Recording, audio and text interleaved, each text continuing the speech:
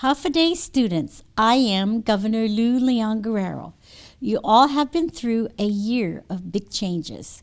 We've had to adapt and make big changes to keep our families and our island safe.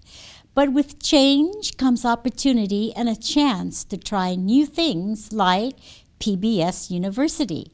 While Lieutenant Governor Josh Tenorio and I will continue to do our part to keep our island safe, you students have a part to play as well. Your part is to keep learning and to keep up with your lessons. That's why I am happy to see you here ready to learn with PBS University. PBS University is a way to bring a continuous educational curriculum to you while you stay safe at home during this time. To help you keep up with your studies, we asked our friends at PBS Guam and the Guam Department of Education to put together this episode. Thank you for doing your part and have a great lesson. PBS University is a program by PBS Guam and the Guam Department of Education in conjunction with public school teachers.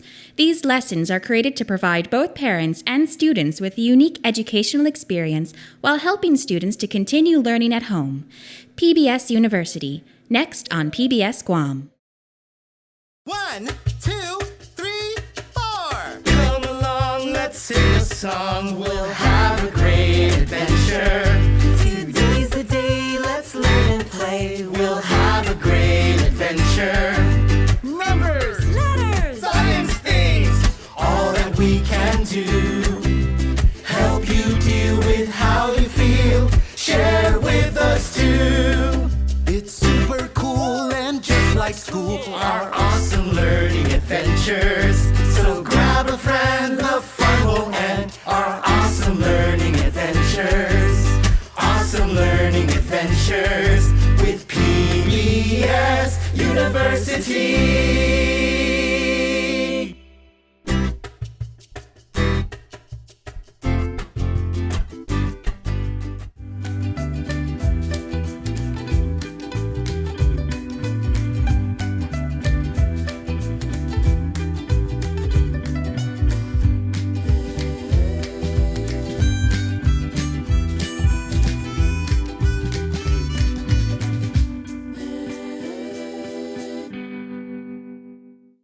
Hafaday, boys and girls, and Rananim, which is hello in Chickees. My name is Mrs. Castro, and welcome to another episode of Learning with Mrs. Castro.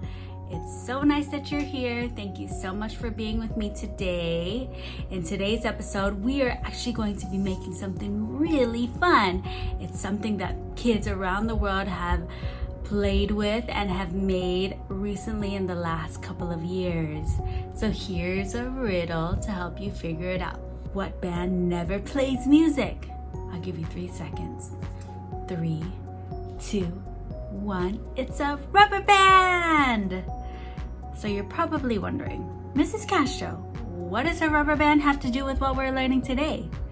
Well, we are actually going to be learning about the word resiliency. And rubber bands and the thing that we're making today help us learn more about resiliency. So if you don't know the word resiliency, or you've never heard of it, or you don't use it in your everyday vocabulary, that's okay. We can learn how to use it. In past episodes, we have used the dictionary. In today's episode, we are going to actually be using the thesaurus. The thesaurus is really, really useful because it gives us antonyms and synonyms of the word that we are looking for. What is an antonym? An antonym is the opposite of the word, and synonyms are words that are similar to the word. So let's use our computers and let's use the thesaurus online to help us figure out what the word resiliency means. So let's look up the word resiliency. When we look up the word resiliency, the most common synonyms are buoyancy, flexibility, and elasticity. Let's look up another thesaurus. This one is cool as well because you can toggle between dictionary and thesaurus very easily. So let's look up the word resilience, and we can see that there are a couple different definitions for the word resilience. One is the ability to withstand or adjust to changes, and another is the ability of something to return to its original shape after it has been stretched, pressed, bent, etc. So some synonyms for the first definition is potency, power, and strength, and some antonyms, which are the opposite of the word, are helplessness, inadequacy, weakness. Some synonyms for the second definition are elasticity, flexibility, workability, adaptability, and some antonyms are inflexibility, rigidity, and stiffness. So remember, a synonym are words that are similar to the word you're looking up, and antonyms are the opposite of those words. So why is resiliency important? Resiliency or resilience is important because sometimes life may not turn out the way we want. We might not get the grade that we want, or we might not be getting a subject as understanding a subject as well as we thought we could. That's okay. All we need to do is be resilient. We need to know that we can bounce back and we can be flexible and adapt to the changes that are happening. So how do we do that? Well, we can use a growth mindset. A growth mindset helps us to realize that things aren't fixed, that we can improve with every step that we take to what we want to improve on. Remember, you are strong, you are capable, and you are smart. So even if you don't get the grade that you want, or you're not understanding something as quickly as you want, that's okay. Just keep working hard. Ask your teachers for help. Be resilient. Don't just be sad just because you didn't get the grade you want. Ask for help or study harder, and you can do it. Remember, practice makes progress. So we are actually going to be making slime today, because slime is an example of something that is flexible and elastic. And we're also going to be making a growth mindset poster. So let's get to it and make some slime and make a growth mindset poster. So to make this growth mindset poster, we are just going to be using some materials that I have laying around my house. I have a marker and some construction paper. So just remember, growth mindset posters, or any posters that you want to post up, doesn't have to be something super fancy. It can be something as simple as a piece of paper and a marker or a crayon. So my favorite saying to say in my class that relates to growth mindset is practice makes progress. So let's create that now.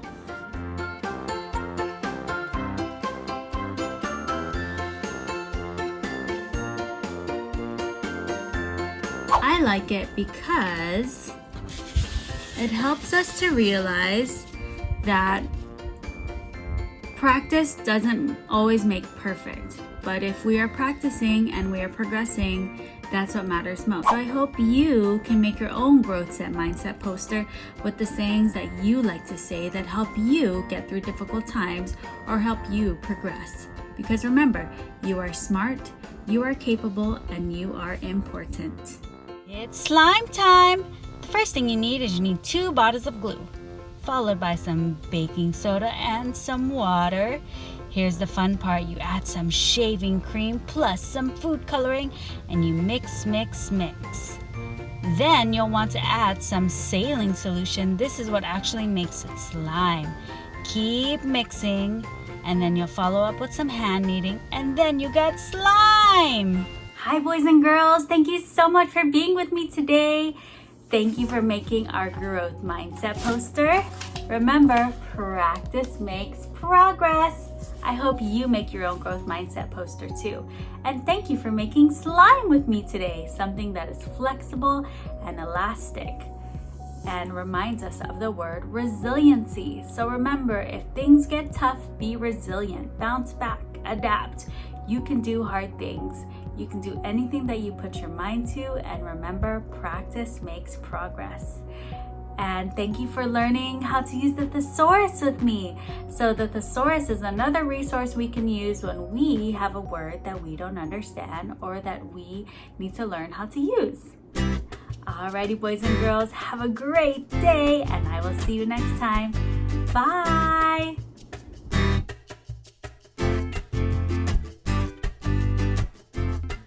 Konnichiwa, everybody. Konnichiwa means hello in Japanese language. So hello and welcome to PBS University for your middle school math moment.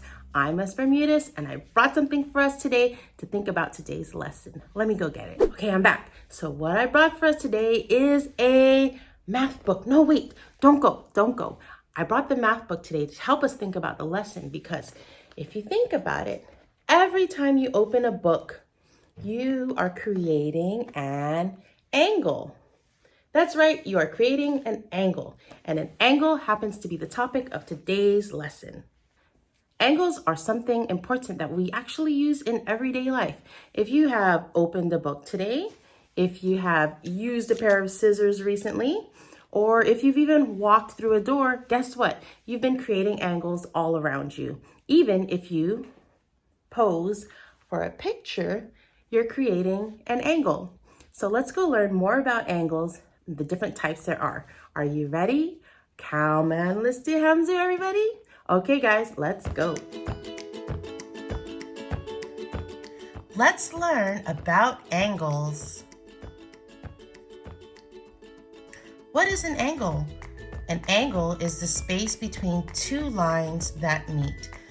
Here's one side, and here's another side, and notice that they intersect in a point called the vertex. The space in between is called an angle. Here are some different types of angles. We have an acute, an obtuse, a right, and a straight angle. Angles are measured in degrees. So you might have an angle that is narrow, such as this. This angle measures 15 degrees. Then you might have a wider angle, like this, which is 120 degrees. Then you might have this L-shaped angle, which measures at 90 degrees. This is the way that we classify the types of angles. An important type of angle is the right angle, and it will have this box here to show that it is a 90-degree right angle.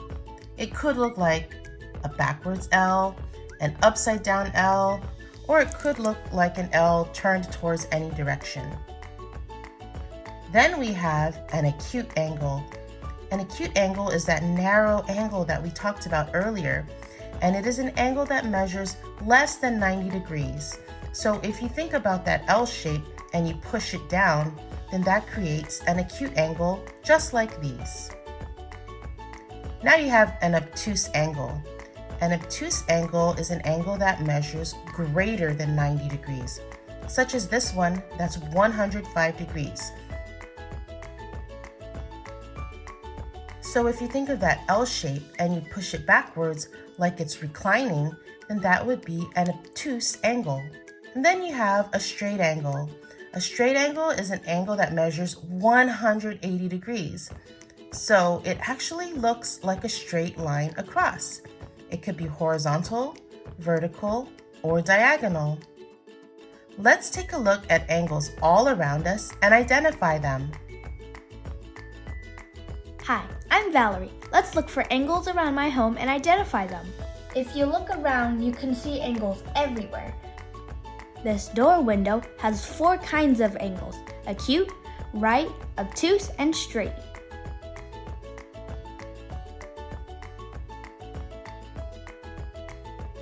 When I open the door, I can make an acute angle. The ceiling fan has 3 angles that are all equal. Can you tell which kind they are? They are obtuse.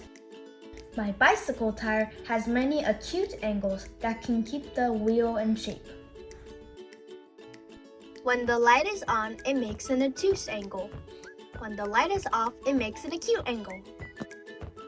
A fun hobby that uses angles is origami. Origami is a Japanese art of folding paper. Today, I will be making a paper heart. For this activity, all you'll need is a square paper. The one I'm using is 6 inches by 6 inches, but any size will work. Here's how to make a square out of regular notebook paper. Fold the top so that way it touches the side of the paper. Now, you should have a triangle at the top. And you also want to get rid of the rectangle at the bottom. You could use scissors to cut it, or you could press it with your nail and gently tear it off. You could use any kind of paper and any size to make this origami heart. The first step is to fold an X on your paper. Make the opposite corners touch. Now do the same for the other side. We are making an acute angle and right angles here.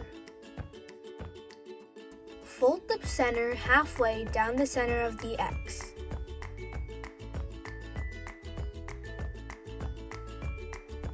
Now fold the bottom corner all the way down.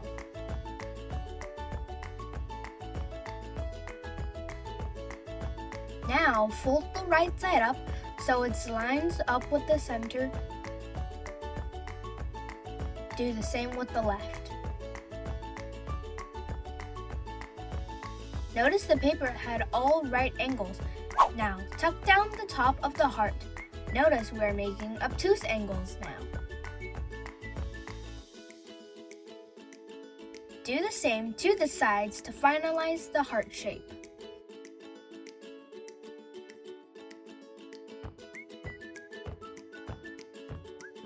And there you have it, an origami heart. I like to write messages in them and give them to my friends. Thanks for joining me, and I hope you enjoyed making your own paper hearts. Thank you, my friends, for joining me today in our discovery about angles. I hope you can look around you when you open the door or when you open a book and see that there are angles all around us. I hope you join me again. And until then, I want you to stay safe and I want you to stay curious. Adios.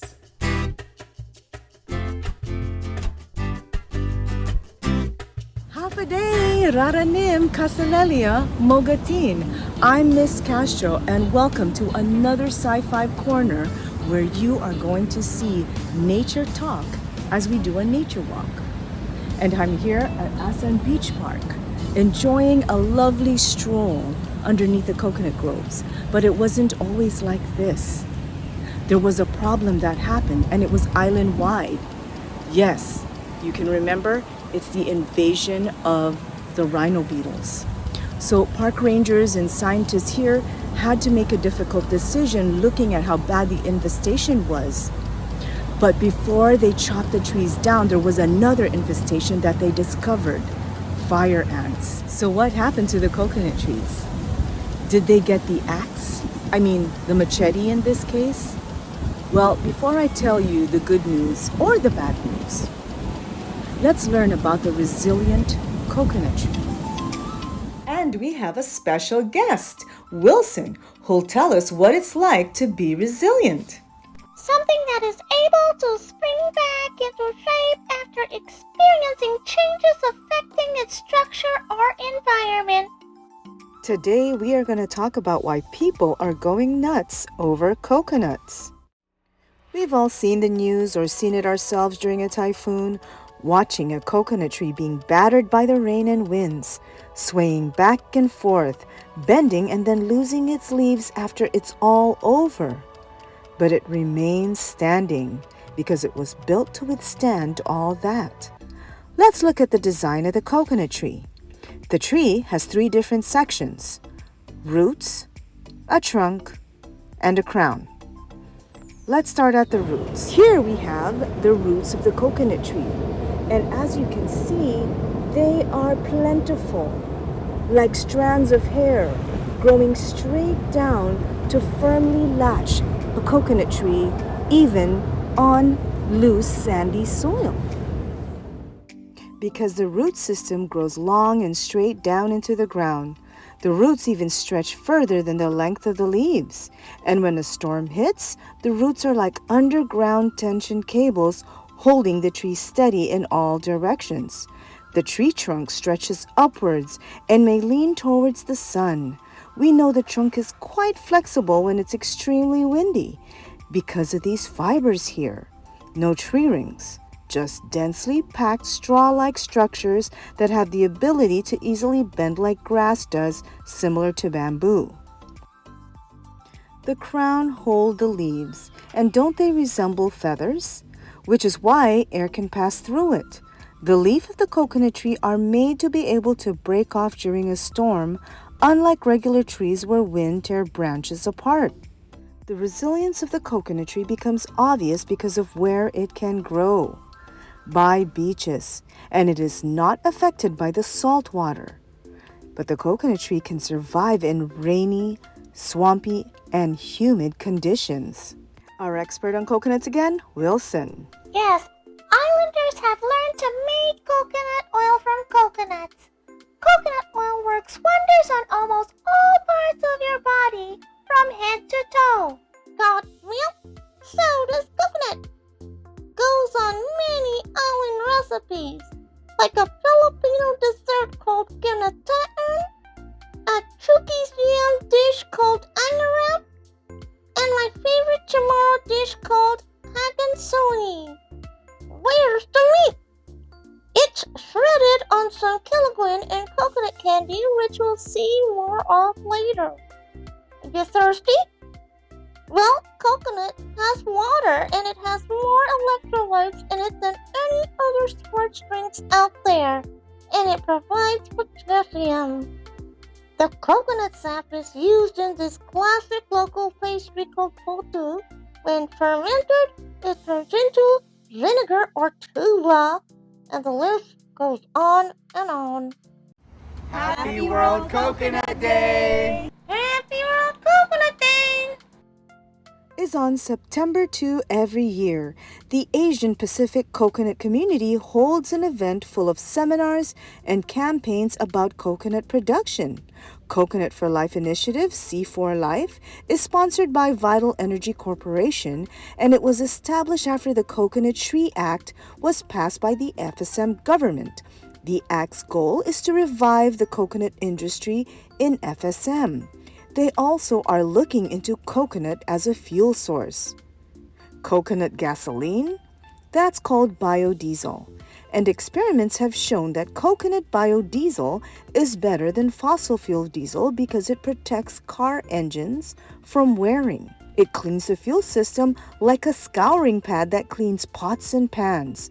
Only it cleans engine parts where carbon can build up. This same fuel can be used for electricity too. The tree trunk is also used for construction, and the coconut shells are being used in reinforcing concrete structures. There's something about the shells that help absorb the shock during earthquakes. No wonder they call it the tree of life. The Coconut Tree Company is keeping the tradition of coconut candy making alive with the hip and young generation. The granddaughter of the late Senator Tommy Tinaktak and her co-worker Dane demonstrated for the PBS crew how much care they put into these classic coconut treats. 3 hours worth of care for each batch. Inina Tinaktak shares with pride the legacy she's continuing. So my grandpa owned a bakery, one of the first in Guam, and my dad and him were very close. My grandpa was a known pastry chef and cook, and soon enough they both learned how to make coconut candy together, and my dad inherited his secret recipe. This is actually an original flour sack from his bakery. What a special island recipe that has become a gourmet coconut candy treat, where you can take with you a piece of the ever-giving coconut tree. I'm Ms. Castro, signing out. But always remember, be like a coconut tree. Bye-bye. Adios. Hafa students, welcome to PBS University. My name is John Fernandez, and I'm the superintendent of the Guam Department of Education. These PBS University lessons are made to help you to continue learning. The teachers here prepared fun lessons on science, character education, math, English, and more, and they made it for you, the students of Guam. We're very grateful to them for their instruction. We are also thankful for you students, parents, and guardians who are watching. Remember, stay safe and healthy, and we'll see you soon in the next school year. Thank you.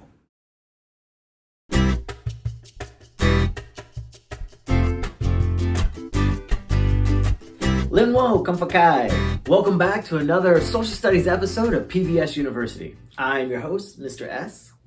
Linwo Kamfakai means hi, how are you in the Kosrayan language. So next time you see your Kosrayan neighbor, give them a shout out, say, hey, how's it going? Tell them hi. And I'm sure they'll greatly appreciate you speaking to them in their language. Now, I know you're looking at me and you're like, wait, hold on. You look a little different. I know. I got cleaned it up a little bit, cut it short. Like, I don't know what's going on. Something's crazy. I don't understand. I just felt like I just trimmed it a little bit, right? Trimmed a little top, trimmed a little bottom. I just felt like I needed a slight little change. Just clean it up a little bit. Make it look just a little bit nicer. I mean, I look good though. Come on, I look good before. What are you talking about? So, yeah, I know, right? But I look good. That's all that matters, right? So today, we're going to be talking about timelines. It's the order of way things happen. In timelines, we use from the beginning to the end, from the first thing to the last thing. It always happens in that direction. So a timeline always works in, like I said, in order of beginning to the end. Sometimes we call this sequential order. Sometimes we call this chronological order. But either way, it's always from the first event to the last event. There's no in-between things. And we use transition words to help the reader or the listener know what's happening and how it happened, right? So first, second, possibly third, then, next, finally, and when we get to the finally part, we know we're to the end, or hopefully close to the end, right? So chronological order, sequential order, timelines. From the first to the last. That's how these are going to work for us today. Now, I know you've heard people tell stories and they're all like, oh, la la la. But wait. But first, before I did that, and then blah, blah, blah. Oh, wait, no. I mean, before that, I did this, right? That gets confusing. It's hard to follow when we're not sure, right? So, like the story is, last night I went to bed. Wait, but before I went to bed, I brushed my teeth. And then I went to bed. Wait, no. Before I brushed my teeth, I put on my nighttime music, the chill music stuff that makes me relax and get ready for bed. And then I washed my face. When we look at that, when we think about that, what is the first one? What's the last one? It's very confusing. It's very hard to follow. So when we write our stories, when we tell our stories, we want to make sure that we do it in the correct way, from first to last. So I went to Food Truck Thursday at Skinner Plaza, right?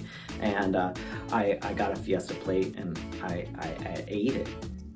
But wait, no, before that, I looked around to see what food options there were. And man, there were plenty of food options. And so I finally picked what I wanted and then I ate it. Wait, no. I was waiting for my friends. They went and they were getting drinks and I saw some guy barbecuing and watched him do that for a little bit. And then I ate. And then I found my friends. Then I ate. See what's happening? Like in this story, I ate 3 or 4 times, I think. Like, I love food. I mean, goodness, I love food. We know I love food, but I didn't eat 4 times. Reality, I only ate once. The timeline of how that story went was very confusing. We're not too sure what took place first and how it worked. That is a bad example of a timeline. Another example of a timeline. My friends and I decided to go to Food Truck Thursdays at Skinner Plaza. When I first got there, I walked around and looking at all the places to eat. I stopped by to watch a guy barbecue for a little bit. Then I moved on. I noticed the signs for some potato things, golly, I love potatoes. So I was like, dang. Next, I watched some guy make some taco things. And man, those things smelled delicious. And then my friends found me.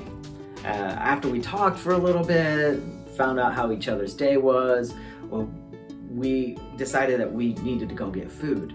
They went to go get drinks, and I went to carry on and look for more food. That's when I found another place with barbecue sticks, and I watched them cook for a little bit.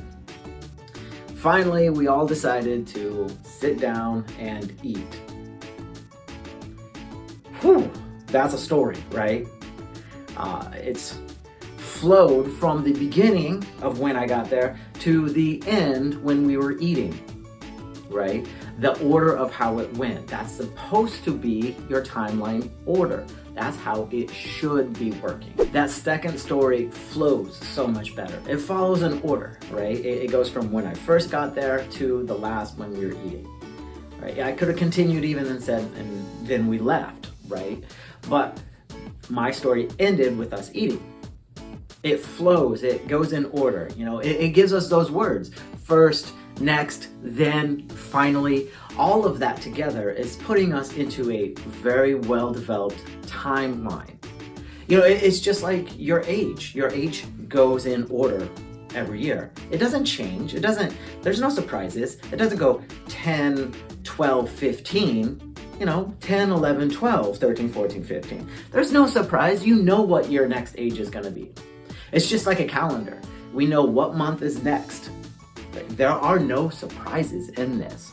So in your timelines, there should be no surprises of when the events happen. Your events, those could be surprises. You know, instead of, they could have brought back some crazy food that I was like, oh my goodness, yes, that's a surprise. But the event, the order of the event, not a surprise.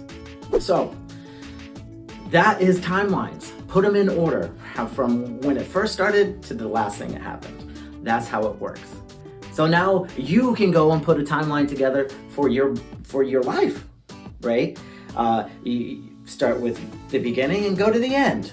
Go to where we are so far, right? And go out there and do exciting things so that your timeline of your life has eventful things. It has fun, exciting things, right? So go out there, go do something fun. Again, thank you for watching though. And while you go out there, you know, stay curious, stay active, and stay safe.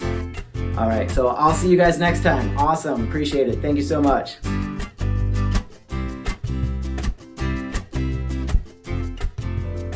Hello, buenas and half a day. How are you? In the Kashrain language, we ask, Komfuka. Let's say it together. Komfuka. Then you respond with Ngakuna kuluk. Ngakuna kuluk. I'm fine, thank you. Welcome to PBS University Middle School Character Education. Wahoo si Mrs. Paulino, and today we are going to examine the importance and characteristics of a resilient person so that you and I can develop resilience to be prepared for real-life situations.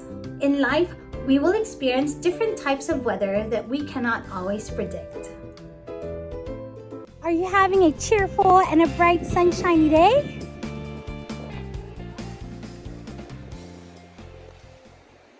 Has it been gloomy and dark for you these days lately? How can we remain hopeful and resilient during these stormy weather? Let's talk about it. Let's talk resilience. Whether you are experiencing a good or bad weather in life, resilience will help us get through the tough times. So what is resilience? Resilience is the capacity to recover quickly from difficulties. In the physical world, resilience is the ability of a substance or object to spring back into shape. Can you think of objects that are resilient? How about a basketball? No matter how hard you hit it on the ground, it doesn't break and it bounces right back up. just like this. How about a rubber band? You can stretch it out to more than twice its size and it will return back to its original shape.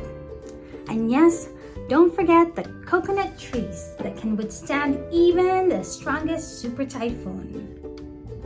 Just like those objects, we can be like the basketball, the rubber band, and a coconut tree that can bounce back, be stretched, and withstand the storms of life. Every child is unique and have different temperament and tolerance levels that may affect how they react to certain situations. But everyone can build resilience. But we cannot do it alone. It takes love and care for one another. It takes your family, your friends, your school and community to help you get through the most difficult times in life. There are also programs that provide support to children and help them build resilience, such as the Rainbows for All Children. Rainbows for All Children Guam has touched the lives of 17,000 grieving children and their families.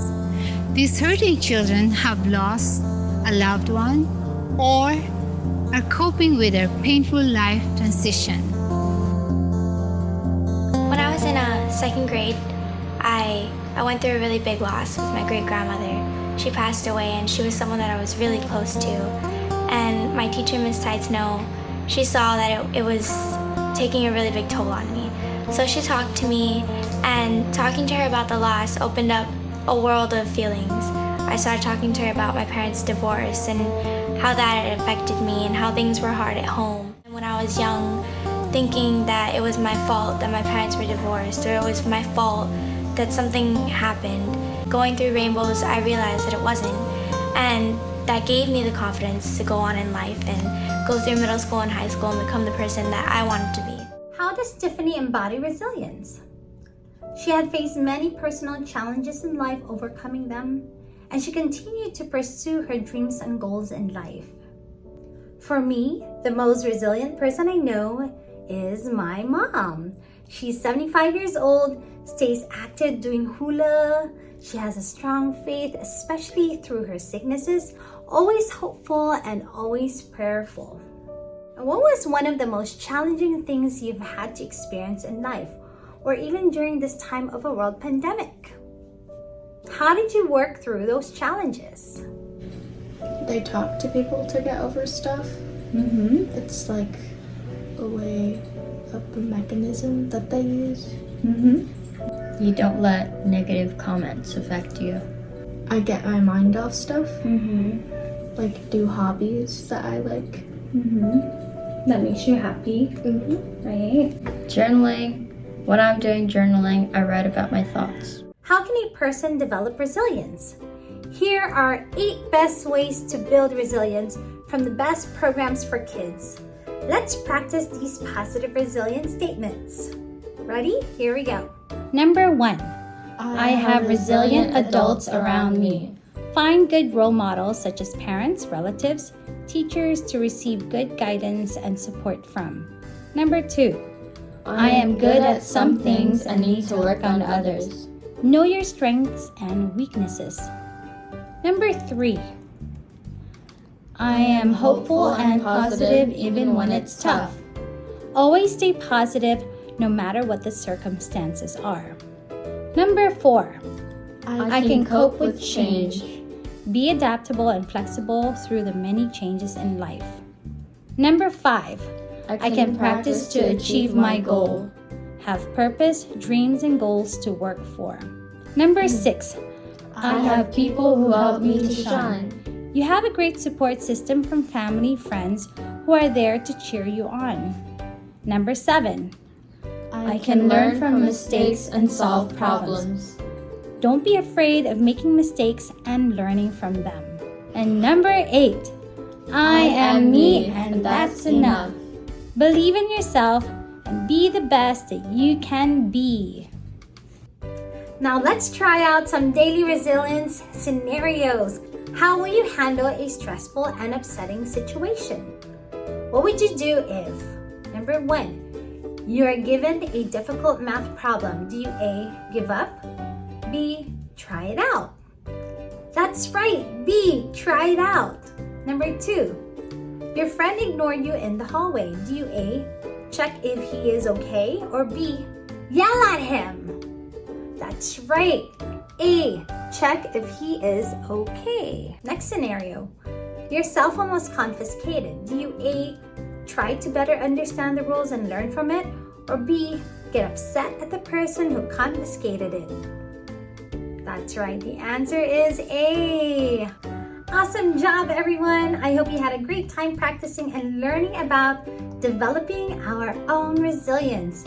It is an essential part of life to help us stay positive, focus on our goals, maintain good relationships, help us get through the tough times, and just be a better, stronger, and happier person for yourself and for everyone else around you. Always watching out for the rainbow of hope for a brighter day to come. Thank you for joining me and being my sunshine today. Tuduos paasi, kulo, kotfao sun. See you later. Until then, try to be a rainbow in someone's cloud. Adios.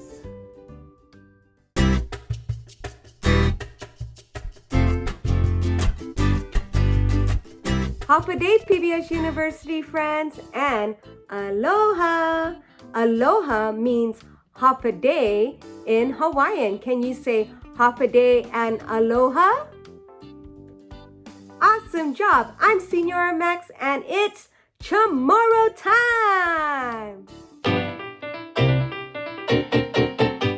I remember when Guam was hosting Festival of the Pacific Arts, I got a chance to meet some of our friends from Hawaii. And guess what? We were sitting down and eating our food and sharing some tips on our local dishes. Get ready to learn how to make, guess what? Tinaktak. Can you say Tinaktak, friends? Awesome job!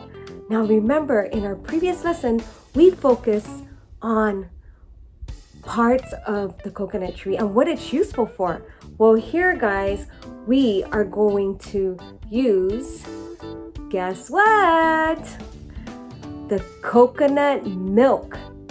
Coconut milk in Chamorro means Lechen Niyok. Lechen Niyok. Can you say it, friends? Great job! Do you cook with your Lechen Niyok? One day, you get to share with us what you do with your Lechen Niyok. Now, Pemagun, let's get ready. Let's do how? Let's take a look and learn what we're going to be needing to make our Tinaktak. Are you ready? Here's our first one. Check this out. What is that, friends? What is that, Pemagun? That's right, it's a pot. A pot. A pot in Chamorro means la uza. La uza. Can you say la uza? Awesome job, Pemagun. Our next word that we're going to learn about, guys, is what? That's right. Beef, okay? Beef in Chamorro means Cutney. Cutney. Can you say Cutney, Pemagun? Malik, Pemagun. Our next word that we're going to learn, friends, is, take a look. What? You have this where you're from? How amazing. Yes, eggplant. Eggplant in Chamorro means berengenas. Berengenas. Can you say berengenas? Malik, Pemagun. Our next word that we're going to learn about, guys, is, whoa, check that out. What do you think, Pemagun? That's right, string beans or long beans. In Chamorro, we say frijoles. Frijoles. Can you say frijoles? Malik, Pemagun. Actually, you guys have learned this from our previous lesson. Do you remember? We use this to make our fenadeni. Yeah, yummy. If you remember what this is, can you yell it out? Can you shout it out? Awesome job, Pemagun! Yes, sibozas. Awesome job, sibozas. And our last 3 words, guys. Listen. Garlic. Garlic. Do you cook with your garlic? Garlic in CHamoru means ahus. Ahus. Can you say ahus, Pemagun? Awesome job. Black pepper. Black pepper in CHamoru means pimenta. Pimenta. Can you say pimenta? Awesome job, Pemagun. And our very last one, our most important one, that's going to make our dish, our tinaktak, taste so delicious, is our coconut milk. Yeah. Coconut milk in CHamoru means Lechen nizuk. Lechen nizuk. Can you say Lechen nizuk, Pemagun? Awesome job! Now that you've learned our important words, friends, let's go to our kusina and prepare our tinaktak. Come on, Pemagun!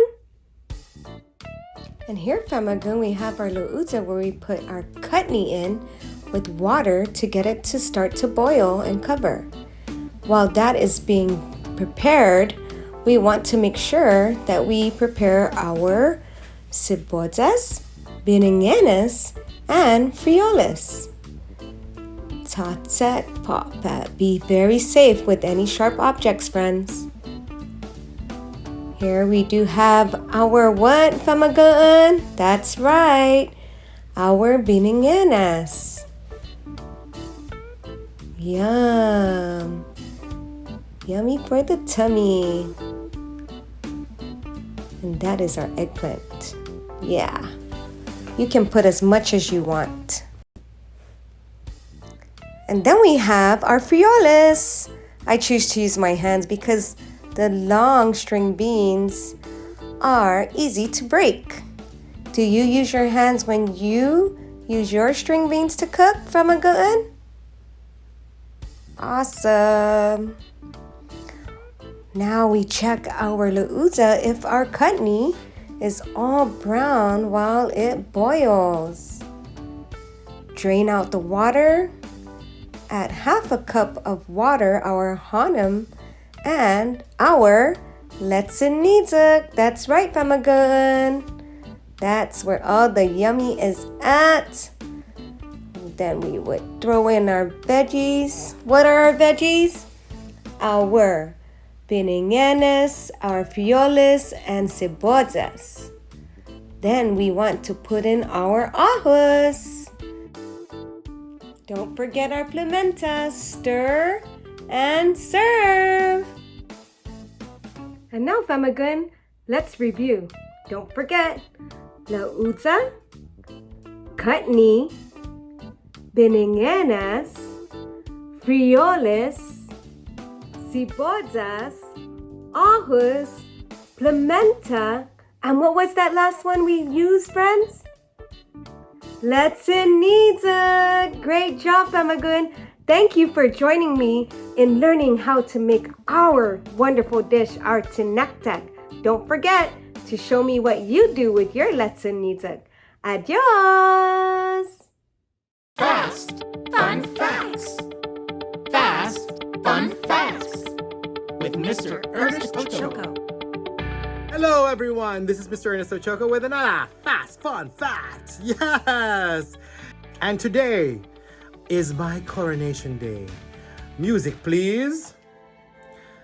I now pronounce myself the King of England. Oh, sorry, that was kind of like an evil laugh. I apologize. Well, there's a reason why I'm wearing this crown. And we're not going to have a diversity word that is from another language. It is going to be from English, a vocabulary word. It is going to be monarch. Monarch meaning lifetime head of state. Because when you become royalty, that is a lifelong position. Yes. And today we're going to talk about one of my very, very cool relatives. Her name, because I'm King of England right now. Her name is Queen Elizabeth I. No, that is not William and Harry's grandmother. No, it is Queen Elizabeth I. She is the daughter of King Henry VIII and Anne Boleyn. She ruled for a very, very long time. It was 44 years. That's long. That's super, super long. She is also known as a queen that never bore any children. That means she didn't have any kids. So, and that's a very, very specific thing because she did not want to have to get married. Her advisors were forcing her to try to get married, but she was like, no, I am not going to get married and I will rule England on my own as a woman. And that was one of the most significant things about her rule. And because she was such a strong woman and she had such a great, brilliant mind, she was able to lead England into a golden age of prosperity. That means that the economic status of England rose and everyone was prospering. People had a better quality of life. And she also promoted something called religious tolerance. That means that they tolerated other people's religions. It wasn't just like, where the Spanish Crusades and people were killing other people because they weren't Catholic or Christian. There was religious tolerance and she supported that. That's an amazing thing for a woman to have done in that era. So talk about girl power, right? What an amazing, amazing human being. What an amazing inspiration for women all over the world. Queen Elizabeth I. I'm glad that I am the King of England right now. Yeah. Because look at the people that were the rulers of England. So inspirational. Maybe I can do that for my people. Well, that is your fast fun fact with me, boop, King Ernest the First, the King of England. I hope the British royal family doesn't get mad at me for saying that. Thanks for watching, everyone. And remember, being noble does not mean that you have to have a crown on your head. Being noble is an attitude of service. So go help someone and be noble. Bye, everybody.